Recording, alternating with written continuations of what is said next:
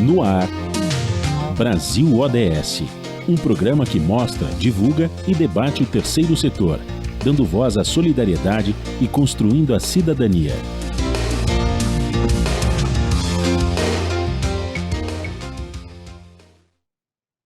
Olá, bom dia. Eu sou Joel Scali e começa agora o Brasil ODS, um programa do Observatório do Terceiro Setor, com apoio da FAPESP, Fundação de Amparo à Pesquisa do Estado de São Paulo.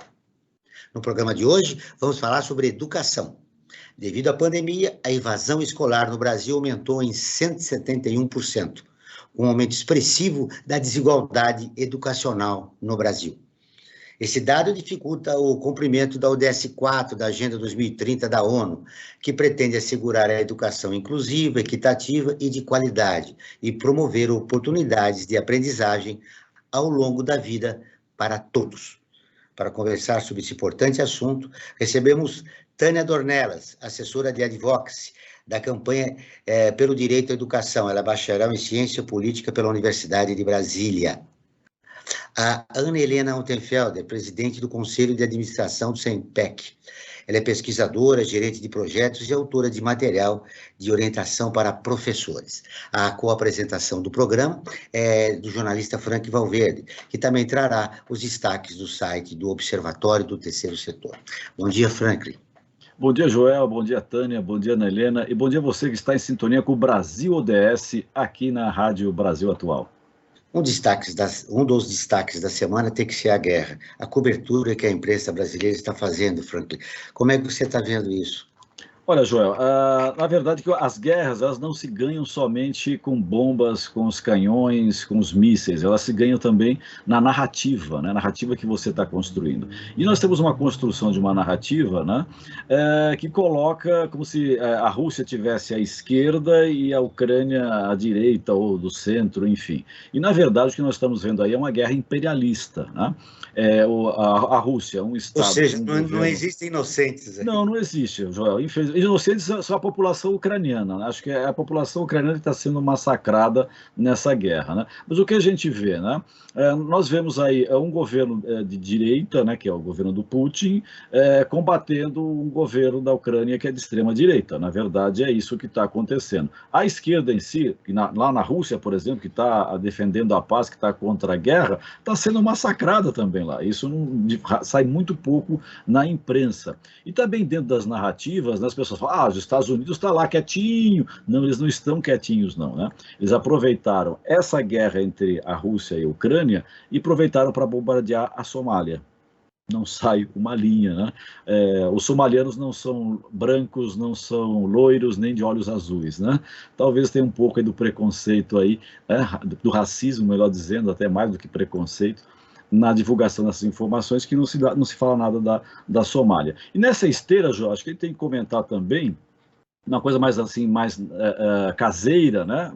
Enfim. Aquela participação daquele deputado. Isso, exatamente, Joel. O deputado Arthur Doval, conhecido também como Mamãe Falei bobagem, né? Mais uma vez, ele é expert em criar polêmicas e agora me diz uma frase, olha, de uma estupidez sem tamanho, né? Dizer que as mulheres ucranianas são fáceis porque elas são pobres. Meu Deus do céu, ele estava com a cabeça o deputado na hora que falou uma bobagem dessa.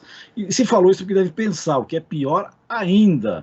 Nessa esteira, né, Joel, a ex-embaixatriz da Ucrânia no Brasil, a Fabiana Tronenko, ela pediu aos deputados estaduais que cassasse o mandato do Mamãe Falei. Eu acho que está de acordo, porque acho que uma pessoa dessa não tem condições de convívio social, né?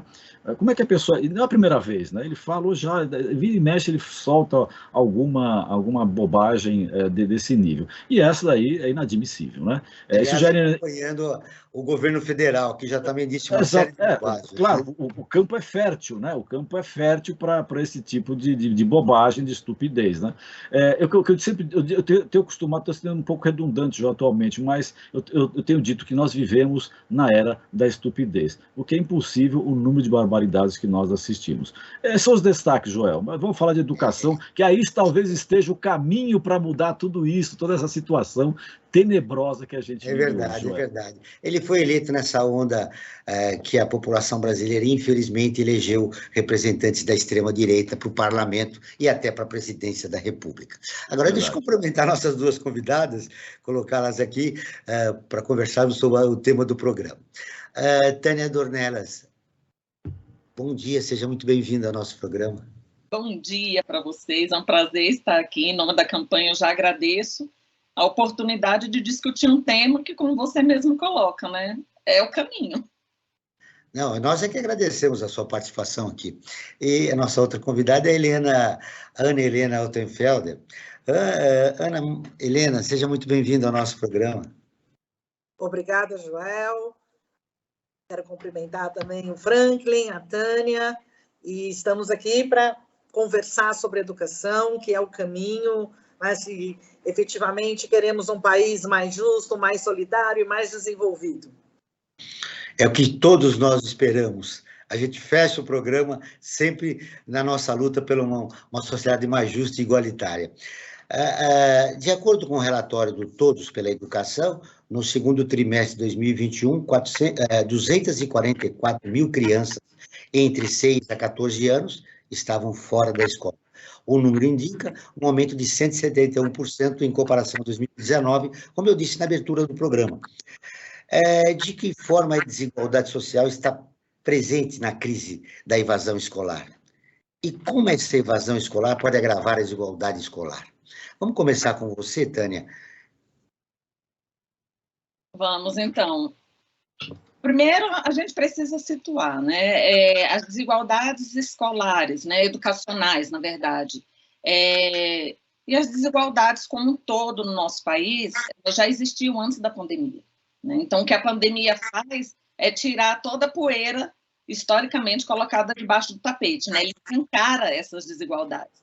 Então, é óbvio que há um impacto imenso, né, no processo educativo das crianças, dos adolescentes, dos jovens, dos adultos, enfim. E é isso, os dados eles mostram que nós temos um número gigantesco de pessoas que estão fora da escola, né? Então, esse em si já é um primeiro desafio. Como trazer novamente essas crianças para, né, essas crianças, adolescentes, jovens, adultos, para o ambiente escolar. Então, quando você me pergunta das desigualdades educacionais, enfim, o que a gente coloca é isso, que a escola, ela não está isolada, ela não é uma categoria isolada, ela está em um contexto social. E é um contexto social com aumento da fome, aumento da miséria, aumento do desemprego, das desigualdades, das exclusões sociais, e, obviamente, tudo isso vai impactar de forma negativa e com efeitos perversos a curto, médio e longo prazo a educação como um todo, e agravando, claro, a desigualdade educacional também. Ana Helena, nós conversávamos antes do programa e você falava de uma dívida histórica que existe no país em relação à desigualdade. E agora agravada pela pandemia. Em que contexto nós podemos analisar a desigualdade escolar nesse cenário? De fato, nós temos uma dívida histórica em vários sentidos. Acho que a Tânia pontua bem quando ela diz que as desigualdades educacionais elas têm que ser compreendidas no âmbito das desigualdades sociais, que são mais amplas, mas olhando, né, mais objetivamente para a questão das desigualdades educacionais, o Brasil tem um atraso histórico em garantir o acesso a todas as crianças à escola, né? Para termos uma ideia, nós vamos começar o século XX com uma diferença, inclusive, um número muito pequeno de alunos acessavam a escola, né? Em 1960, a escolaridade média do brasileiro era 2 anos e meio. Então, isso mostra que pouquíssimos acessavam a escola, e daqueles que acessavam, muitos também saíam da escola, que é o que a gente chama de evasão. Então, e nós somos... e isso nos Estados Unidos, por exemplo, já era 9 anos, na Argentina, no Chile, perto de 6 anos. Então, nós temos um atraso histórico, que é uma dívida, né? Pois o país tem compromisso e um direito, os cidadãos têm o direito constitucional de acessar a escola e completar seus estudos. É por isso que eu falo em dívida histórica. Nós, nos últimos anos, vínhamos avançando nessa direção, no acesso à escola. Ainda tínhamos desafio de garantia de aprendizagem, mas nós estávamos avançando na garantia do acesso, com atraso, né? Por isso que a dívida se configura. E a pandemia, então, vem. Achei interessante a ideia que a Tânia traz, tirar a poeira disso, porque... Explicitou, né, a realidade brasileira. Né? E agravou, não só explicitou isso, como agravou. E quando a gente pensa na questão das desigualdades educacionais, a gente está falando em exclusão escolar, né? Você citou a pesquisa, nós também fizemos uma pesquisa, o SEMPEC, em parceria com o Unicef, sobre a exclusão escolar em 2020, mas é importante olharmos que ela não é igual para todos, ela é muito desigual. Né? Então, só para ter uma ideia, 63% do total de crianças e adolescentes sem acessos à educação, pelo estudo que nós fizemos, eram crianças e adolescentes pretos, pardos, indígenas. A região norte e nordeste tem um índice de exclusão escolar maior que as outras regiões. O nível socioeconômico é preponderante nas crianças, o baixo nível socioeconômico é preponderante nas crianças e adolescentes que estão fora da escola. Então, a exclusão escolar, ela é desigual, mas ela também não é igual para todos, né? É exatamente aqueles que têm uma condição de maior vulnerabilidade, que são os que estão fora da escola, e são aqueles que mais precisam da escola. Você fez me lembrar uma experiência que o governo do Estado de São Paulo tentou realizar, que não realizou, depois ele parou com esse processo, que era manter a criança e o adolescente na escola. Ele não repetiria mais, né? Ele continuaria, e foi entendida essa proposta, né? Eu mesmo, que tenho uma experiência de dar aula na escola pública há muitos anos atrás, eu achei aquilo muito interessante, um projeto, e que depois ele foi muito criticado pelos veículos de comunicação, até por alguns mesmo professores e tal, e foi abortado esse projeto. E que agora a gente percebe o quanto é importante a criança permanecer na escola, né? E, na verdade, era a visão que a sociedade tinha da escola, uma instituição com uma distância. Todos os projetos educacionais bem-sucedidos na escola pública têm uma participação muito grande da comunidade. A comunidade está dentro da escola, gerindo. Nós aqui, eu e o Frank, já entrevistamos várias diretoras de escola, com projetos muito interessantes, porque a comunidade está presente.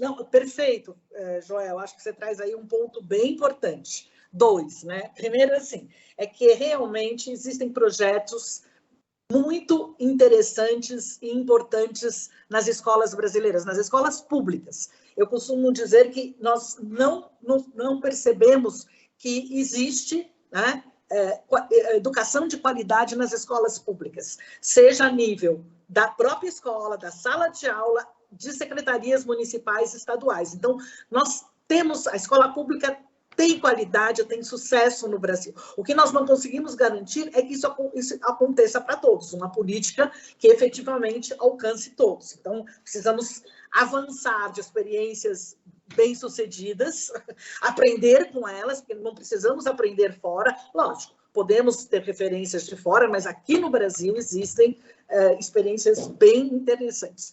É uma pena que, infelizmente, o que a gente tem aqui são políticas de governo e não políticas de Estado. Então, a descontinuidade dessas políticas, ela é muito grande. E é isso que também acumula, vamos dizer, essa dívida histórica que nós vamos falando.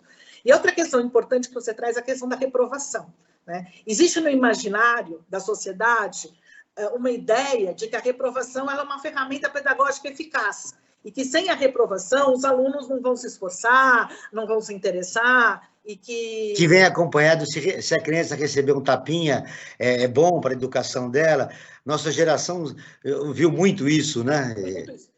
Muito. Então, assim, a punição, né? A pedagogia da punição. O que e vários estudos mostram, uma falsa ideia, né? Primeiro que mais do que tudo, ela vai contra o direito de aprender das crianças. Mas ela também não é eficiente nem eficaz, se a gente for pensar de uma maneira mais pragmática, vamos dizer assim. Ela custa aos cofres públicos um dinheiro muito grande que poderia estar sendo investido em outras questões. E ela não ajuda o aluno a aprender mais, né? O que acontecia, e a gente vê, é que os alunos repetiam de ano, que se chamava de multirepetência, e acabavam evadindo e não aprendendo. Então, um programa como esse que você traz, de progressão continuada, de São Paulo, ele foi bastante mal compreendido, né? Virou uma bandeira e aí a gente diz de partidos de diferentes matizes combater essa questão, né, do que se chama de aprovação automática, e que não era essa a ideia, né? O programa, como feito em 1980, pela Secretaria de São Paulo, ele é bastante interessante e bastante consistente. Agora, a implementação é o desafio, né? Porque também não adianta não reprovar as crianças e elas... Você que prepara material para professores, talvez naquela época faltasse o material para explicar para os professores a importância deste projeto. Eu queria incluir a Tânia nessa conversa aqui, que você falou de política de Estado, não de governo. Tânia, que políticas públicas são necessárias para a gente chegar a uma política de Estado no nosso país? Então, nós temos um conjunto, né? Nós precisamos de um conjunto de políticas para garantir que sejam realmente, na verdade, de dimensões para garantir que a gente tenha as políticas de Estado, né? Primeiro, na verdade, o que a gente precisa é de um projeto político de país mesmo, porque muitas dessas alterações que a gente vê entre política de governo e política de Estado é justamente por isso. Quer dizer, muda o governo, claro, muda-se o projeto político, porque aí você sabe que são campos em disputa, mas o que acontece? Nós não temos garantido, a gente não tem uma linha, né, mais estável de políticas, por exemplo, de assistência, de educação, de saúde, de empregabilidade, né, que são um conjunto de políticas que elas são fundamentais para que a gente consiga realmente ter, que a gente consiga realmente acessar a população brasileira, né? E aí com todas as suas nuances e especificidades que são necessárias, considerando a dimensão continental do país, né? Então é fundamental que a gente tenha assim um conjunto que seja um kit, o kit do Estado. O kit do Estado ele tem que ter sempre políticas de assistência, sempre políticas de saúde, e o que acontece é isso, nós vivemos em campos de disputa com projetos políticos antagônicos, né? A gente sabe muito bem, a gente comentou aí um pouco, e é isso que acontece. Então, você tem uma fragilidade de dar continuidade a essas questões e a essas políticas que realmente vão fazer com que a gente consiga transformar a sociedade, né? E viver numa outra sociedade, que é essa sociedade que a gente almeja. E aí, quando se traz essa questão das políticas, principalmente no caso da política de educação, um dos principais problemas que a gente tem hoje, que é um problema e, ao mesmo tempo, né, é o desafio que a gente precisa visualizar, é porque nós pensamos muito em diferentes políticas e o Brasil ele não tem, assim, do ponto de vista dos marcos legais, esse não é tanto a nossa fragilidade, não são os marcos legais, eles existem. O problema é que a gente não consegue tirar esses marcos legais do papel, porque muitas vezes você pensa em políticas que são lindas, do ponto de vista da elaboração da política, mas como a Helena trouxe também, quando você vai implementar, você encontra um conjunto de pedras no caminho que começa, inclusive, com o próprio financiamento dessas políticas, né? Então, a questão financiamento para todas essas políticas de proteção social e para a política de educação, elas são fundamentais. Haja visto que você pega o PNE, nós estamos com várias metas em retrocesso e muitas porque não há financiamento. Olha só, você sabe, Tânia, na verdade a gente tem um projeto de país. O problema é que esse projeto contempla uma parcela muito pequena da sociedade brasileira. Agora nós vamos ouvir a Rádio ONU, parceira de conteúdo do Observatório do Terceiro Setor, com a matéria Pandemia mostrou que a alimentação escolar é mais importante do que nunca. A Lei da Letra, de Nova York, tem as informações. No mundo todo, quase 390 milhões de estudantes são beneficiados com políticas de alimentação escolar, segundo a Organização das Nações Unidas para a Agricultura e Alimentação, a FAO. O benefício acabou sendo interrompido para muitos alunos nos últimos 2 anos, já que a pandemia de Covid-19 obrigou as escolas a fecharem as portas durante os períodos de confinamento. Muitas crianças dependem totalmente das refeições servidas nas escolas para se alimentarem. A coordenadora de projetos de consolidação do Programa de Alimentação Escolar na América Latina, uma iniciativa da Cooperação Brasil-FAO, explica que o país é referência global no setor. De Brasília, Nájila Veloso disse ao ONU News que a pandemia mostrou que a alimentação escolar é ainda mais importante do que se imaginava. Com a entrega de alimentos na escola, a garantia de condições para que os estudantes aprendam e permaneçam e tenham rendimento e possam recuperar essas perdas aí imensas, que inclusive eu tenho lido que a Unicef tem publicado, a Unesco, relacionado a tudo aquilo que foram as pendências deixadas pela pandemia. Então, a alimentação na escola é, de fato, essa ação que vai apoiar nessa qualidade de educação que nós precisamos. Segundo Nájila Veloso, a política brasileira foca também no apoio público à agricultura familiar. Cerca de 30% dos alimentos comprados pelo governo para as refeições escolares são produzidos por pequenos agricultores. A especialista da Cooperação Brasil-FAO conta quais são os alimentos essenciais que precisam estar em um prato de merenda escolar. A melhor comida é a comida de verdade, é aquela que é fresca, que é saudável, é aquela que a maioria das vezes é crua. É feita com os nossos grãos tradicionais, arroz, feijão, é aquela que aporta os lácteos, os derivados, os ovos e derivados, enfim, é aquela que reúne uma quantidade de proteínas possível e necessária para garantir que os estudantes, no período escolar, pelo menos, tenham garantido ali suas necessidades nutricionais. No Brasil, cerca de 40 milhões de estudantes da rede pública são beneficiados diariamente pelo Programa de Alimentação Escolar. A iniciativa Cooperação Brasil-FAO ajuda na consolidação dos programas de refeições nas escolas, que no caso específico do Brasil, promove também as condições de vida e de renda para 4 milhões de famílias agricultoras. Da ONU News, em Lisboa, lê da letra.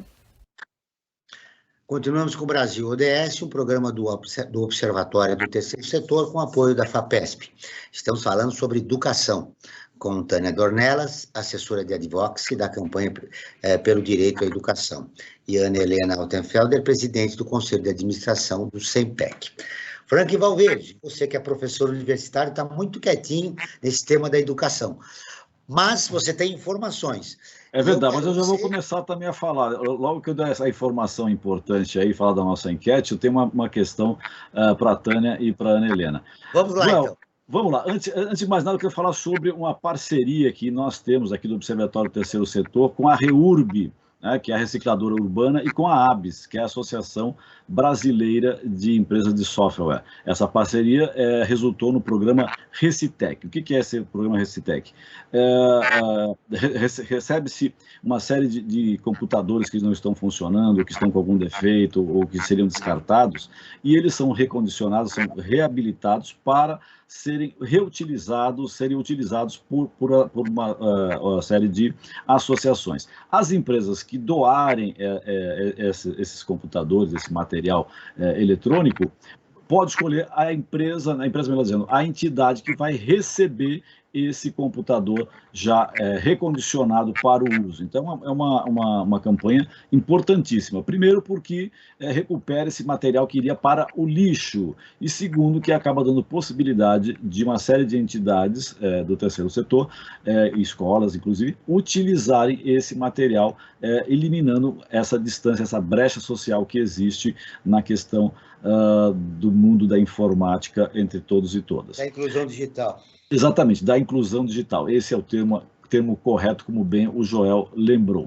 E eu queria aproveitar também e falar sobre a nossa enquete, né? A cada programa que nós realizamos aqui na Rádio Brasil Atual, nós fazemos uma enquete. Uma enquete, como todo mundo sabe, né, ou a maioria das pessoas sabe, não tem digamos, um fundamento científico, mas serve, claro, para sentir um pouco como é que está a temperatura do momento. E a enquete para o programa de hoje é a seguinte: A pandemia aumentou a desigualdade na educação, e olha só, João, uma coisa rara de acontecer com nossas enquetes. 100% das pessoas concordam que a pandemia aumentou a desigualdade da educação. É evidente, mas enfim, né, acho que é uma enquete, talvez até se fosse fazer uma pesquisa científica, ia ter algumas pessoas, né, um percentual pequeno quer dizer, não, é a mesma coisa. Não, mas ele está mostrando claramente essa temperatura da sociedade que mostra que a desigualdade aumentou em tempo de pandemia.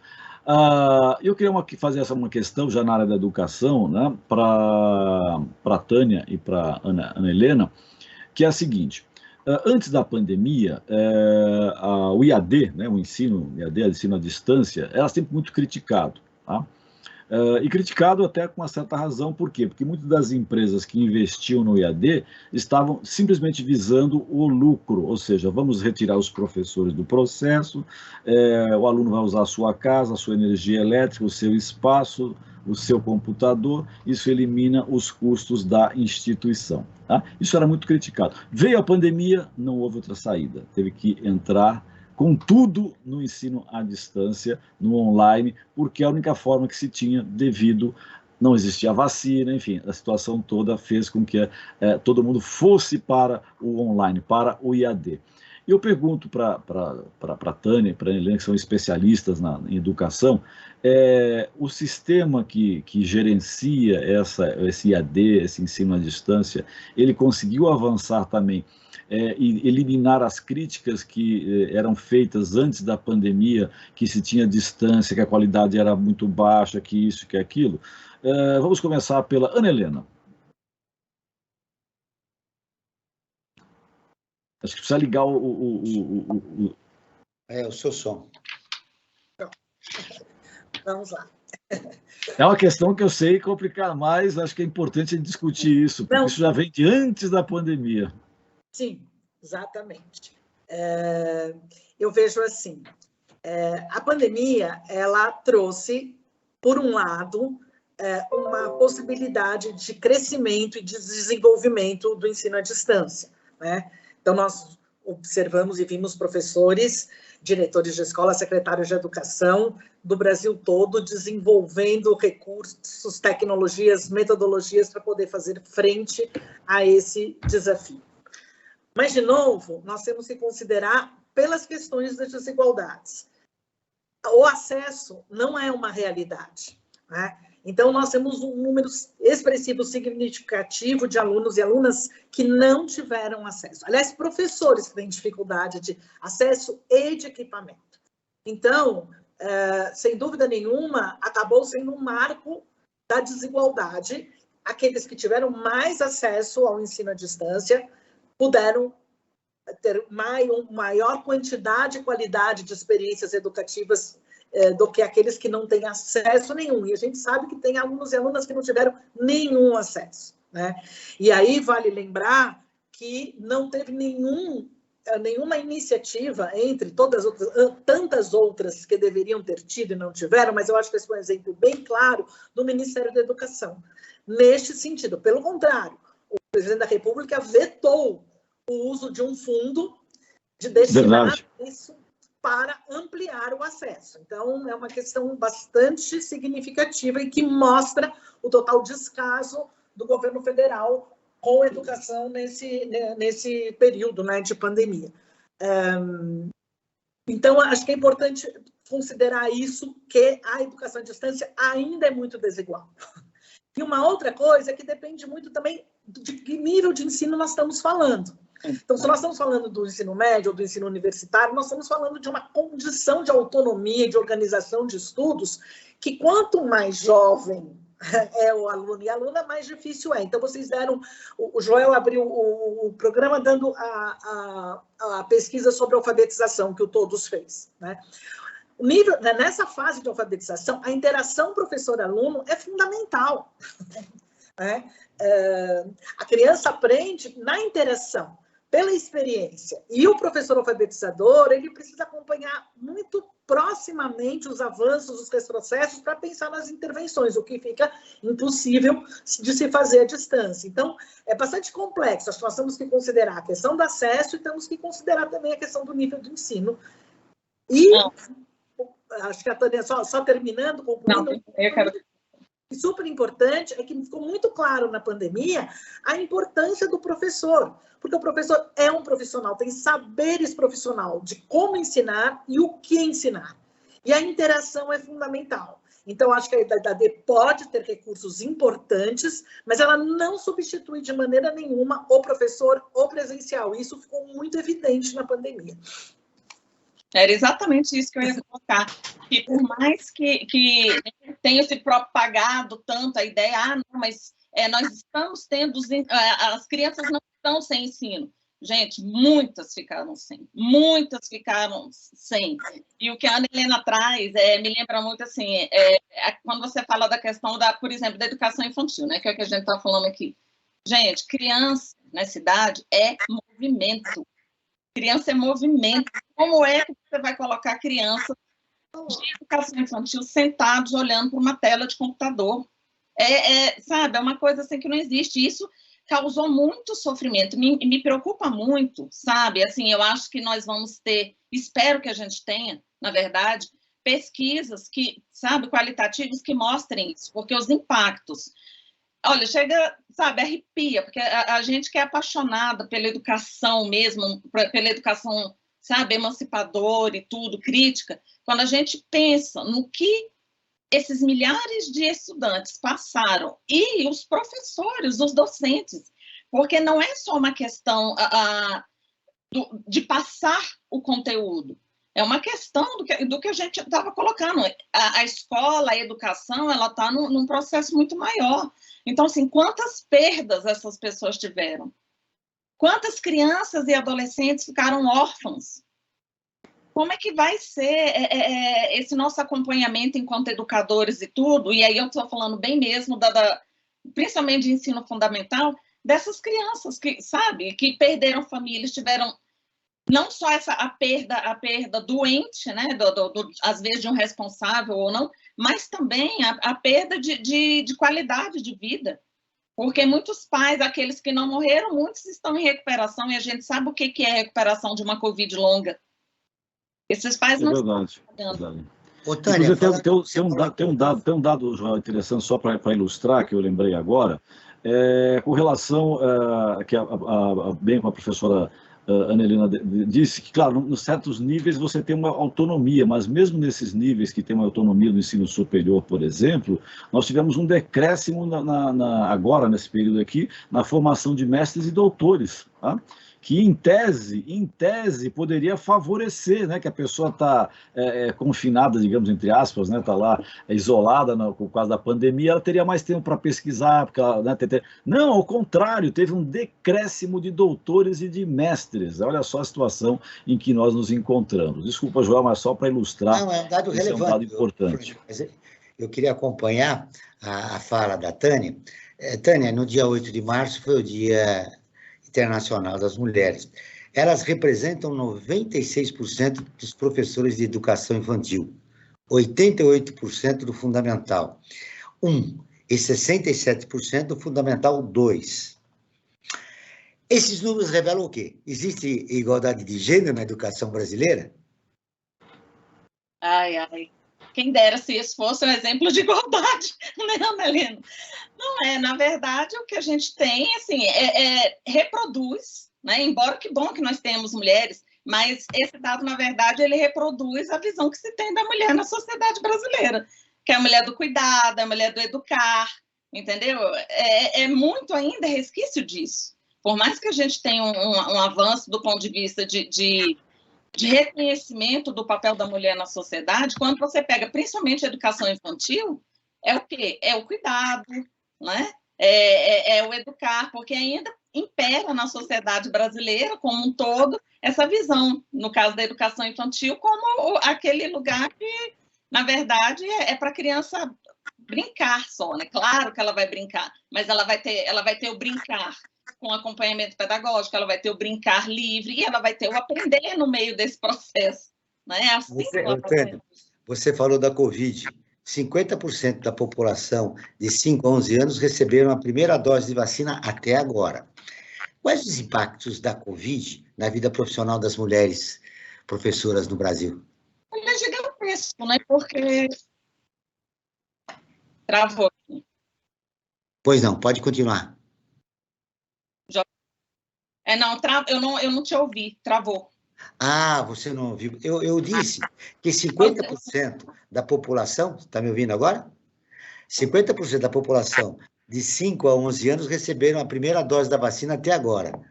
Que impacto tem na vida das professoras esses dados alarmantes, que é só a primeira dose, 50% das crianças entre 5 a 11 anos, na saúde das mulheres e nós vivemos ainda durante a pandemia, né? Ela não terminou. Eu acho que o primeiro ponto é esse, a pandemia não acabou. Esse é o primeiro ponto que a gente tem que colocar. E essas profissionais, elas estão, obviamente, muito mais expostas, né? Ao ter que estar em salas. E aí a gente considerando, como a Ana Helena coloca, que é o que a gente discute aqui, educação pública, né? Você considerando escolas que não têm infraestrutura, escolas que não têm salas adequadas para o momento de pandemia que a gente está vivendo, que você ainda necessita ter distanciamento. Faltam os equipamentos necessários, como o álcool em gel, a máscara, enfim. Então, assim, elas estão muito mais expostas. E o efeito perverso disso é que não são só elas. Elas têm pais, elas têm mães, elas têm filhos com doenças raras, entendeu? Então, assim, elas estão à frente, né, dentro da sala de aula, e elas podem levar isso para casa também, né? E isso não está sendo discutido em momento nenhum, porque existe a pressão muito grande para que se coloque, para que se voltem. A volta às aulas, né? E não é citada a sobrecarga de trabalho que aconteceu durante a crise. Vamos colocar a Ana novamente nessa conversa. Ana, eu fiz uma provocação com a Tânia, falando se esses números, né, de professoras, elas representam 96% de professores de educação infantil, praticamente só tem mulheres na educação infantil do país. Se existe igualdade, o que esses números revelam? Né? Igualdade de gênero. E aí eu queria te ouvir um pouco sobre isso.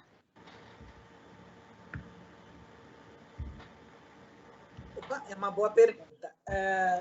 Quando a gente pensa em 96% de mulheres, acho que a gente não pode falar de igualdade de gênero, né? Porque se a gente falar, teríamos que ter mais aproximadamente 50 e 50 aí.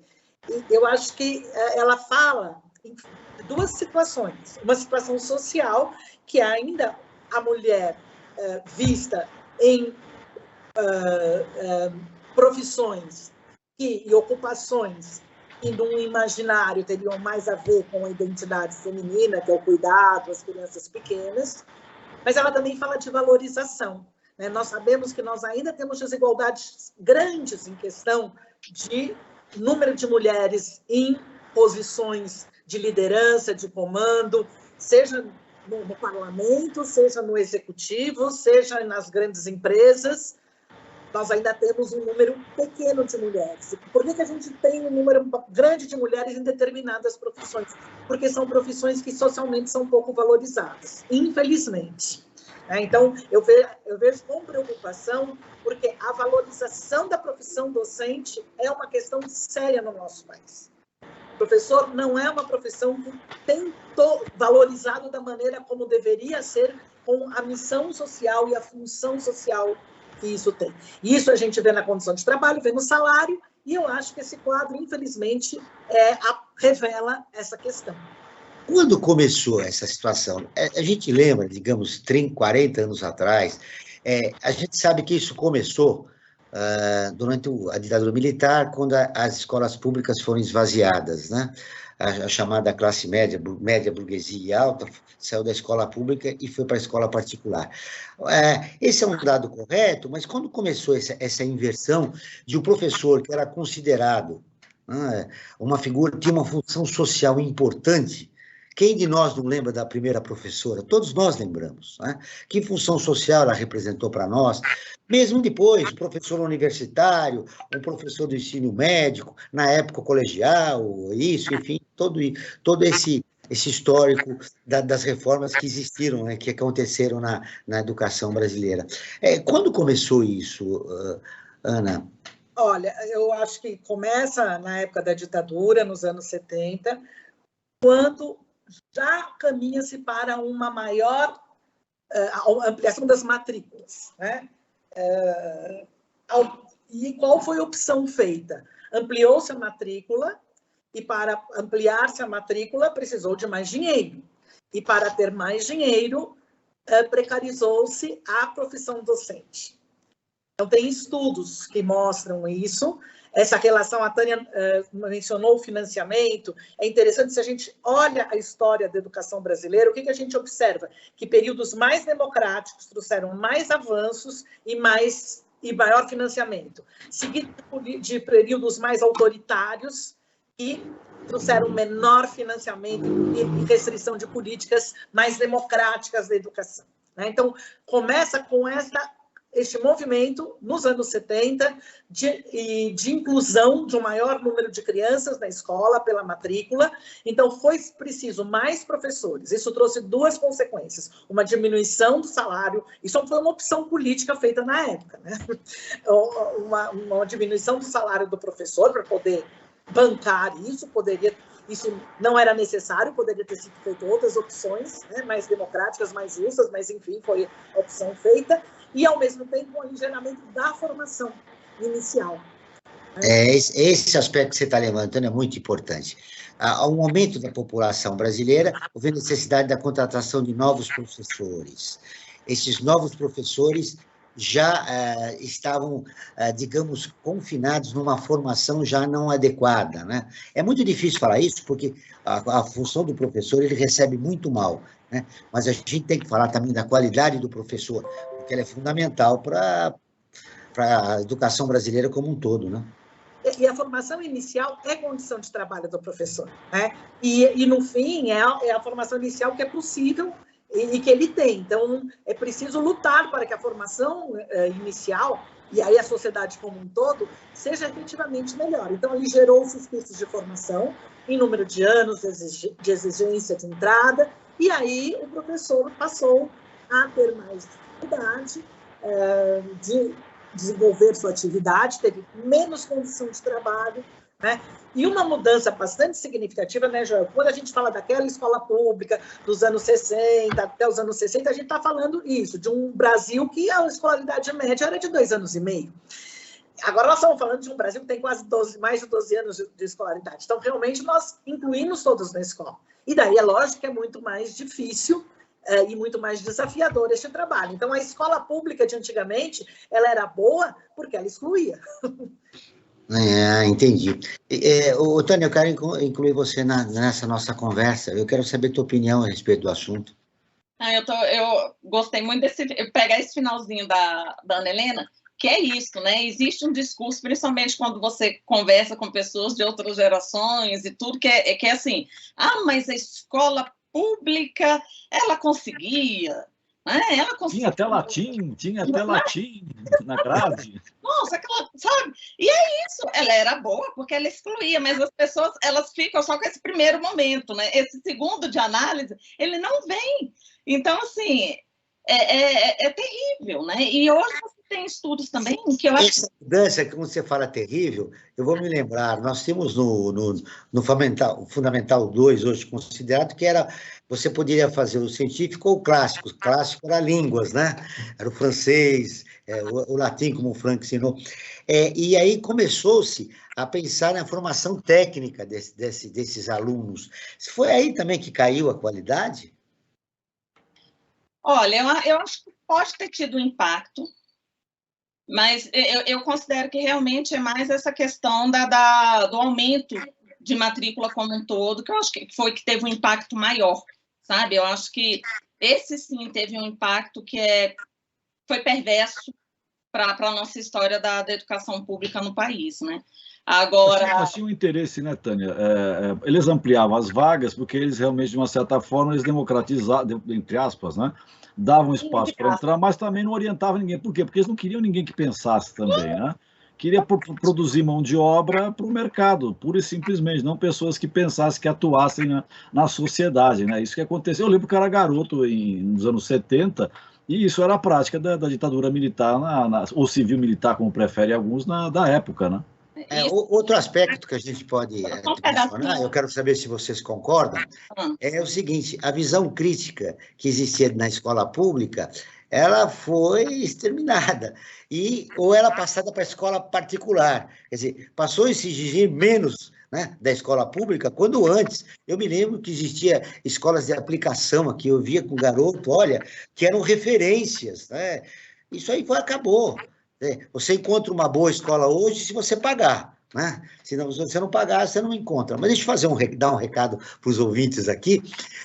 Você quer ficar informado sobre projetos, causas sociais e direitos humanos? Siga o Observatório do Terceiro Setor nas redes sociais e acompanhe informações do Brasil e do mundo. No Instagram é @Observatório 3 Setor, no Facebook, facebook.com/Observatório 3 Setor. Os nossos programas de rádio estão disponíveis no canal do Observatório no YouTube. Lá também você encontra entrevistas e quadros de como Você Sabia? Você conhece? Que mostram aspectos ignorados da história e refletem sobre a sociedade brasileira. Uma das lives, você também pode assistir às lives realizadas pelo Observatório toda quinta-feira às 17 horas. Uma das lives é com a professora Marina Peixirivanes, que é idealizadora da plataforma Educação para Gentileza e Generosidade. Basta buscar Observatório 3 em numeral Setor. Repetindo, Observatório 3 numeral Setor. A produção está me dizendo, Frank, que a nossa conversa está muito boa, mas estamos 15 minutos de programa. Só? E agora eu tenho destaques aqui, eu tenho terceiro e quarto destaque para fazer. Mas aí eu gostaria de adiantar, passar para você dar as informações importantes. Sinteticamente, João, vou ser bem sintético. Eu convido a todos e a todas a visitarem o nosso site, né, o observatório3setor.org.br, que lá vai encontrar uma série de matérias bastante importantes e esclarecedoras. Como, por exemplo, até 2005, o casamento da vítima com o estuprador anulava o crime no Brasil. Absurdo, mas enfim, isso é uma coisa que está até recente, se a gente for pensar em termos históricos. Outra matéria importante é sobre direito constitucional, que o salário mínimo no Brasil deveria ser de R$ 3.980, hoje é R$ 1.000 e poucos reais. Você vê a diferença brutal do valor do salário mínimo. E teve um corte aí, Frank. Nós interrompemos a transmissão da opinião do Frank. Na opinião, na verdade, ele está contando um pouco das matérias que foram publicadas. Uma matéria que dá um destaque especial é a sua... Franklin, está cortando aí a sua fala. Você retoma e aí a gente continua falando sobre as matérias importantes do Observatório que foram publicadas no nosso portal. Eu tenho o destaque 3, falando do relatório Luz, que em 2011 falou da gestão financeira da transversal. Voltou assim agora. Eu ia falar do relatório Luz, mas podemos continuar. Eu estava ouvindo vocês o tempo inteiro. Eu estava ouvindo vocês o tempo inteiro, mas vamos lá, rapidamente. É só uma matéria que eu queria destacar com relação lá na Ucrânia, né? Uma matéria que foi escrita pela Maria Fernanda Garcia, que fala de crianças que estão se abrigando no porão de um hospital infantil em Kiev para... Cortou de novo, que loucura, Frank. Estamos no finalzinho do programa. Olha, isso não é censura não, viu? Nem da produção, nem minha. É a sua máquina que não está colaborando para a tua fala. Eu vou continuar aqui, Frank. As bombas, né? Então, eu não sei o que acontece, Joel, porque... Não tem problema, Franklin. A gente toca daqui, você retoma, e só para dizer o teu destaque final. Eu estava falando do relatório Luz, de 2011, falando do Fundep e tal, que eu ia repercutir com as convidadas. Eu consigo vocês ouvir o tempo inteiro.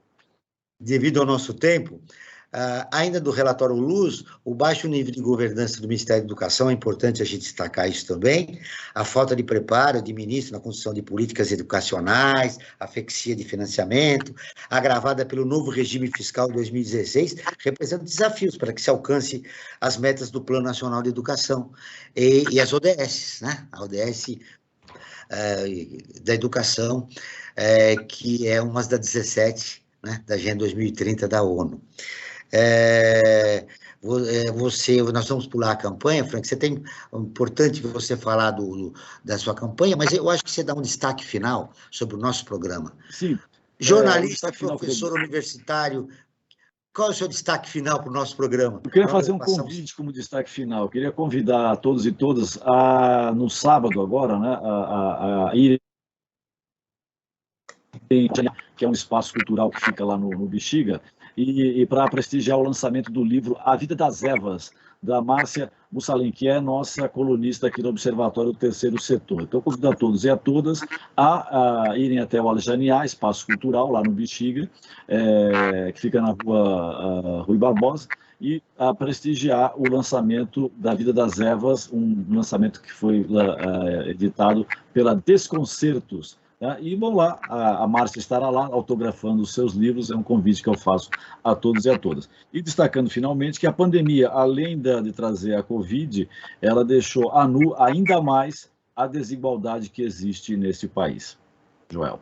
Muito bem, Franklin, obrigado. Olha, agora vamos deixar o tempo, o que resta, uns minutinho e meio para cada uma das nossas convidadas, para um comentário final. Claro que, Ana, nós não esgotamos o assunto, porque ele é imenso, tem uma série de dados, inclusive de dados dos próprios estudos do SEMPEC, que a gente gostaria de repercutir com você. Infelizmente não vai dar, mas não vamos voltar a esse assunto, porque é Brasil ODS. Nós estamos 17 objetivos sustentáveis. A gente falou de educação aqui, volta a falar daqui a pouco novamente sobre o assunto, abordando um outro aspecto, mas sempre demonstrando nossa preocupação com os rumos da educação no país. Uma fala final sua, Ana, que você gostaria de deixar destacado, que é importante os nossos ouvintes saberem. Eu acho importante que, ao mesmo tempo que nós tenhamos jogamos muita luz para as desigualdades, para esses resultados, para o agravamento da situação de desigualdade, quando o Franklin traz, que nós não percamos a esperança. Né? Isso nós aprendemos com Paulo Freire, que é o patrono da educação brasileira, que para educar é preciso esperança. E esperança não do verbo, não mágica, mas, como ele dizia, do esperançar, que quer dizer fazer junto, lutar, trabalhar coletivamente, para dizer que é possível, sim. Nós não devemos considerar que nós temos uma geração perdida, que a situação da educação ela não é possível de ser resgatada. Com um esforço coletivo, financiamento, políticas públicas, é possível, sim. E nós devemos acreditar nos nossos professores e nas nossas crianças, mas para que eles possam ensinar e aprender. Mas, para tanto, é preciso apoio. Seu destaque final, Tânia, agradecendo a sua entrevista. Você vai voltar outras vezes aqui para a gente conversar sobre o importante trabalho que você realiza. Voltaremos. Na verdade, eu concordo plenamente com o que a Ana traz, eu só trago alguns complementos também, que eu acho que, então, enquanto desafios, o que nós temos? Nós temos a busca ativa, para que a gente consiga garantir essa inclusão e essa reinclusão daqueles que não voltaram ainda, né, para a escola, enfim, eu acho que é fundamental a gente colocar. Um outro desafio que nós temos diz respeito também à transparência dos dados relacionados à educação, porque, como em outras dimensões e outras políticas, a educação ela tem sofrido um apagão de dados, haja visto o que nós vimos agora com o censo, né, com o descarte dos dados, dos microdados do censo. Então, é importante a gente pensar também na questão dos dados. De novo, o financiamento, acho que é fundamental a gente colocar, até porque ele é o que mais impacta, inclusive na implementação do Plano Nacional de Educação, né, que a gente sabe que está em retrocesso. Um outro ponto que a gente precisa ter em mente também, que é fundamental, é acompanhar e monitorar a regulamentação do Fundeb, né? Então, esses são pontos que, para a gente da Campanha Nacional pelo Direito à Educação, eles são fundamentais para que a gente consiga, nesse pós-pandemia, lutar contra as desigualdades, e é como a Ana Helena coloca, esperançando. Nós não podemos perder a esperança, porque é possível. Agora, é possível a partir do momento que se tenha vontade política e a partir do momento que haja uma mobilização e articulação de todos os atores sociais que lidam, né, e que defendem o direito à educação. destacando a mobilização da sociedade civil será fundamental num ano como esse, né? Ainda de pandemia, mas já pensando no pós-pandemia, do que será nosso país na educação no pós-pandemia. O Brasil ODS está terminando, agradeço a presença de Tânia Dornelas, assessora de advocacy da campanha pelo direito à educação. Ana Helena Altenfelder, presidente do Conselho de Administração do SEMPEC. Esse programa foi produzido pela equipe do Observatório do Terceiro Setor. Na próxima terça-feira, às 9 horas, acompanhe nosso programa Perspectiva, sempre com assuntos importantes da atualidade. E nós vamos dedicar esse programa aos milhões de seres humanos anônimos, que no decurso da história, como parte integrante das massas, não foram nada, mas serão tudo através da educação, lembrando Paulo Freire. E continuamos com a luta por uma sociedade mais justa, solidária, sustentável e tolerante. Até o próximo programa.